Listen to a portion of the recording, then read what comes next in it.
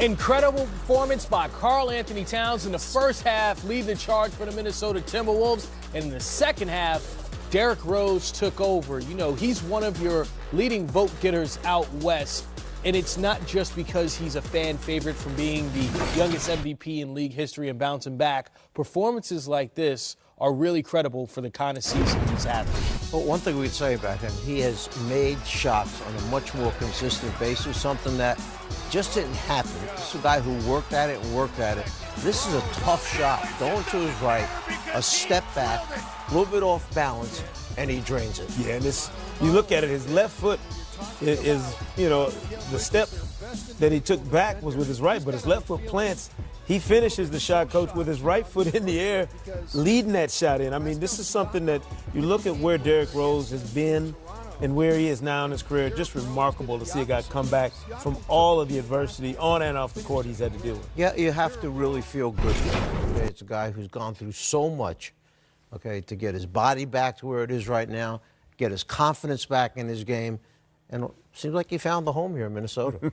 And just 2 points in the first half, 1 for 6 from the field, hits the game winner, but scored 29 points in the second half. The resiliency, it's kind of a microcosm of his career, Sekou, if you look at it. It is. And, you know, I know he got emotional early this season when he got the MVP chance back in Chicago, when he hit a big shot earlier this season in Minnesota, and the fans, you know, showed him love.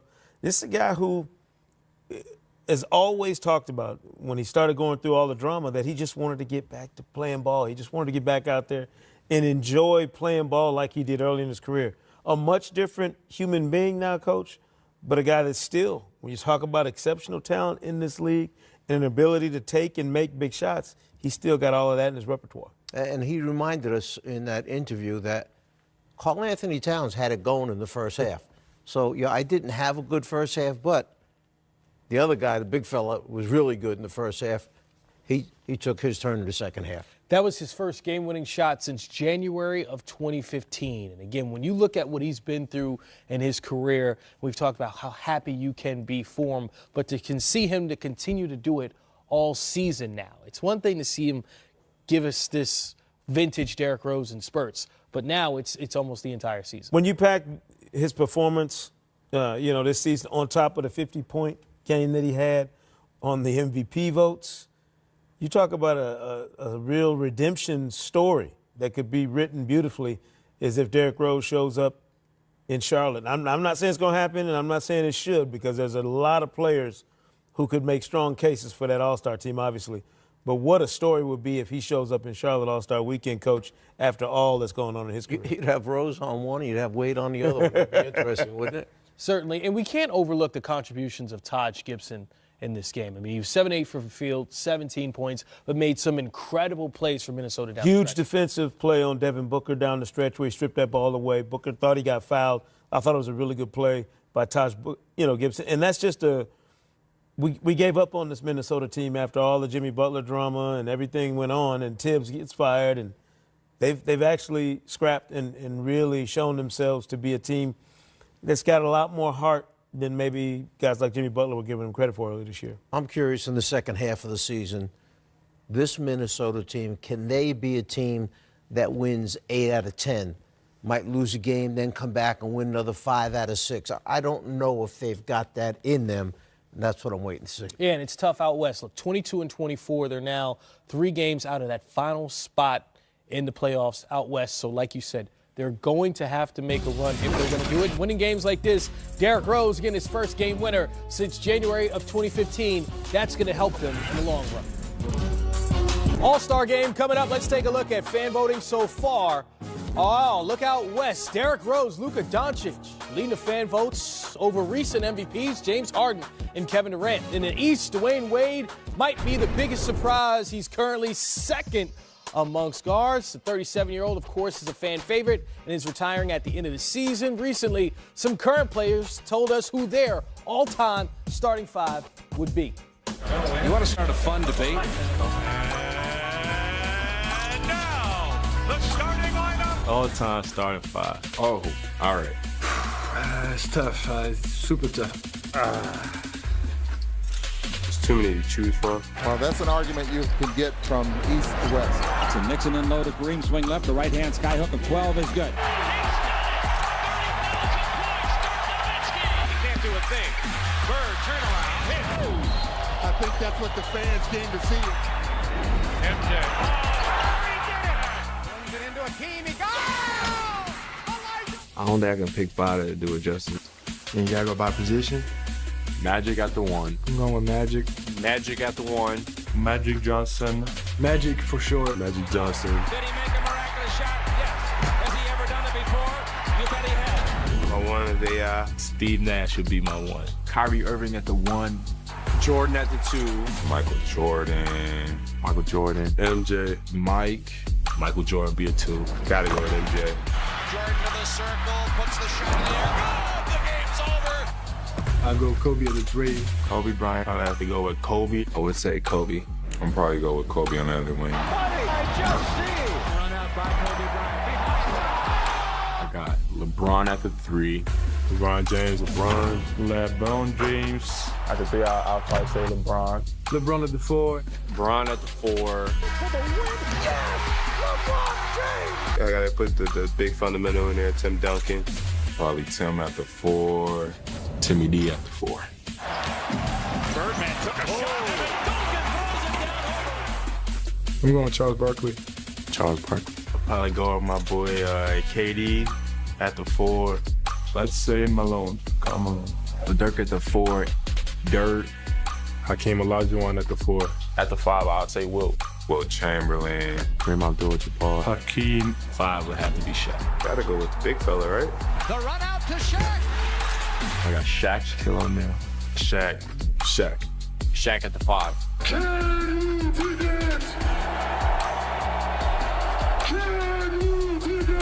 And the debate will continue. That's a list I gotta really think about. I can say start at 6. The starting 6 sounds like a that. really interesting idea because all-time starting 5 is different than the top 5 discussion, right? Because you're factoring position and fit and just guys you want to pick. So Sekou will allow you to go first. Well, I agree with a lot of those guys. I don't think you can start a team in this league or in this game without Magic Johnson at point guard. To me, that's just a no-brainer. Michael Jordan, the GOAT, as my 2 guard. Or if we're going to play positionless, why don't you give me KD and LeBron at the forward spots and then give me the guy who I think cradle to the grave, coach, the greatest player in the history of the game, Kareem Abdul-Jabbar, holding down the middle. Well, I like a lot of the people on your team. I would hope so. I think they probably could have a decent game against our team. Okay, because Decent. So who you got to beat this team then? Well, let me explain something to you. Everybody's thinking about small ball and shooting threes. I'm going the other direction.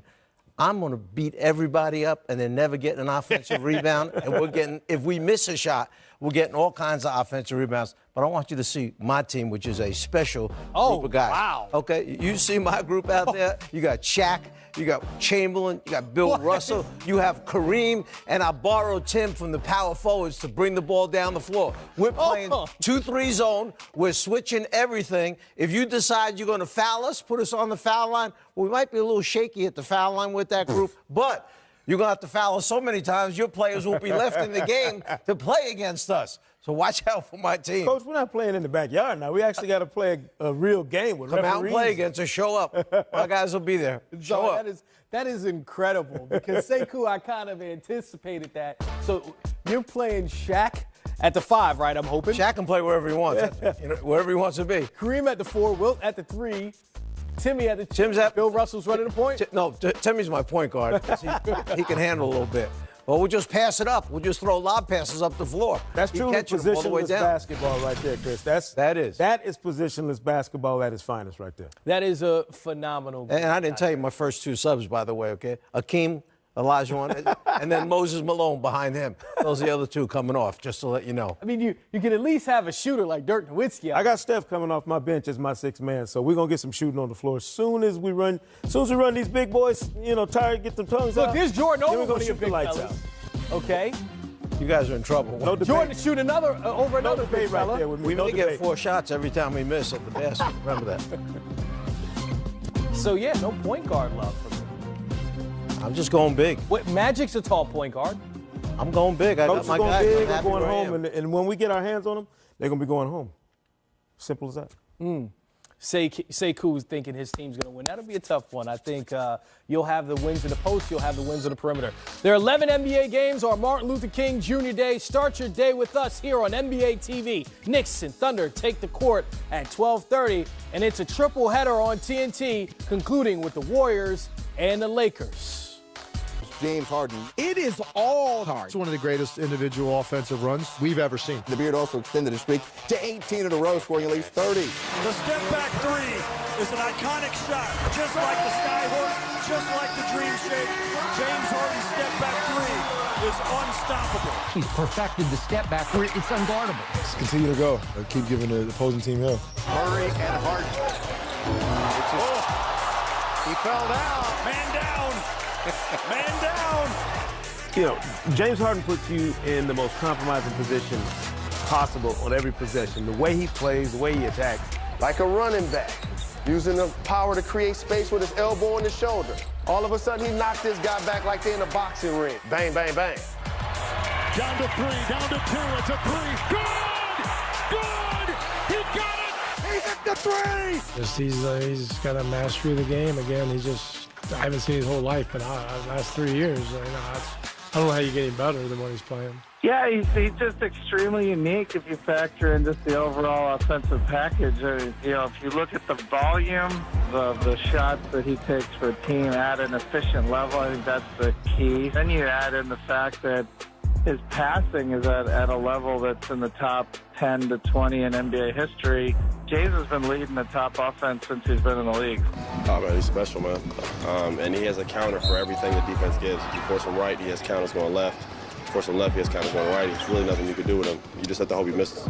We got 40 games left to go. Like, it's outside of anything that we've ever seen. So those shots you see him make at the end of games, he practices that stuff every single day. And to see him actually do it in games is pretty incredible. Look, his whole team is hurt right now. At this point, I don't think there's any doubt about it. We still have half a season to go. Right now, James Harden is the NBA's MVP. Step back. Oh! 57 points. 17 straight games with 30-plus points. That joins the most underrated player in NBA history, Elgin Baylor, and Wilt Chamberlain, the most statistically significant player in NBA history. Wow. Those are the only people to ever do that. Houston Rockets, Los Angeles Lakers tip off at 8:30. James Harden averaging 40 points over the last 21 games, 18 straight games over 30, and over 55 points in his last 2 games. Kelly Iko of The Athletic joins us now. You cover the Houston Rockets. How incredible of a run has this been for James Harden? And with this team, how long do they plan on riding just Harden being their entire offense? I think it's incredible. I wasn't around the league to cover when Kobe and Elgin Baylor did those crazy streaks, and now you're seeing it on a nightly basis where the team really needs it at the most. And you're seeing him doing it in such an efficient manner. And the crazy thing is he knows that if he can hit 5 or 6 threes, he said, and I quote, it's going to be a 40-point night. And back then, you would think that maybe 30 points would be good, but now he's thinking 40, 50, 60. And I think as the games go on, you're going to see him trying to will his team to victory and back up the Western Conference standings. Kelly, how you doing, man? It's Booz. How you doing? I'm doing good, man. Big fan of you. Thank you, brother. I got a question. James has been on a tear, as we just documented and talked about. Going forward, the schedule gets a little thicker. They're playing without CP3. Obviously, they're playing without Clint Capella. May have a signing coming up here soon. What other guy on the team is gonna step up consistently to help him carry some of that offensive load, whether that's Eric Gordon or whether that's Gerald Green? Who you got? I think Eric Gordon, for sure. He kind of started the season a bit slow and consistent, but as you see him come back the last game, he was on a minutes restriction, but he is going to be needed to be offensive, aggressive, and for a consistent basis for them to, get some wins put together. And Kelly, as you look at this team trying to go back deep into the playoffs again, is there any concern that James may run out of gas like he did last year, that someone definitely has to help him? Or are we looking at James being in that great of shape, this may be the year he can go all the way? Yeah, definitely. Coach D'Antoni always talks about his biggest fear is, putting too much load and time on James's legs. And he's averaging almost close to 40 minutes in this 20-game stretch, which is pretty unbelievable. But with Eric Gordon coming back and Chris Paul returning next week possibly, and Austin Rivers with the team now. The idea is to give him, some rest because he is putting a lot of time in the dark days of the season where you're going to need him in May and possibly June, hopefully, for them. Well, you mentioned Chris Paul. Earlier this week, Mike D'Antoni said, okay, Chris Paul should be back next week. What is that timetable? Is there a specific game that's now located as the game Chris Paul should come back? No, we all know D'Antoni keeps things close to his chest, but I don't think there's a specific game that he has in mind, but it depends on Chris and how he looks, in training and in practice. All right, next excellent. week for sure. Yep. Yeah. Kelly Iko from The Athletic. Appreciate your time, my friend. Thank you. Thank you. Thank you for having me. Okay, so Chris Paul, I think, is the key to this entire equation because when you look at James Harden's usage, we haven't seen this in what we can say the modern era, right? When you look at all the stats, it kind of goes back to Elgin Baylor or Wilt Chamberlain. Those are the names that you had. And like you said, look, 55 or more in consecutive games, there's two guys on that list, James Harden and Wilt Chamberlain. Yeah. That's what we're seeing right now. He scored 58, and they lost the game. So this is a situation where when Chris Paul comes back, maybe we see this run of James Harden having this usage and these crazy stats go away, but it might be better for the Houston Rockets, right? Well, we can say that, Chris, but James Harden is playing at such a high level, he's been able to hold down the fort. So if you're giving James Harden a rest, who's going to hold down his fort? So we're saying Chris Paul's going to come back and start getting 40 for his 10 straight games. We're saying Chris Paul's going to come back and start getting 50 the way James Harden's getting. I don't think so. So what we're saying is when Chris Paul comes back, come back and be who Chris Paul is, and James Harden, you continue to do what you're doing because it has to happen that way if we're thinking you're going to get back to a possible Game 7. Chris Paul's hamstring doesn't get hurt. Maybe they beat Golden State. See all these maybes I'm talking about? So that's why it has to be Austin Rivers. Is it Brandon Knight? Is it Eric Gordon? It has to be a collective of guys to help what James Harden's doing if they want to go deep again. Certainly, James Harden is someone that if he's not on top of your MVP palette, he should be 1A or 1B, right? You can't have him. You can't have him at number 2. If he's 4 or 5, then what NBA are you watching? Well, there's another guy on top of that ballot or near.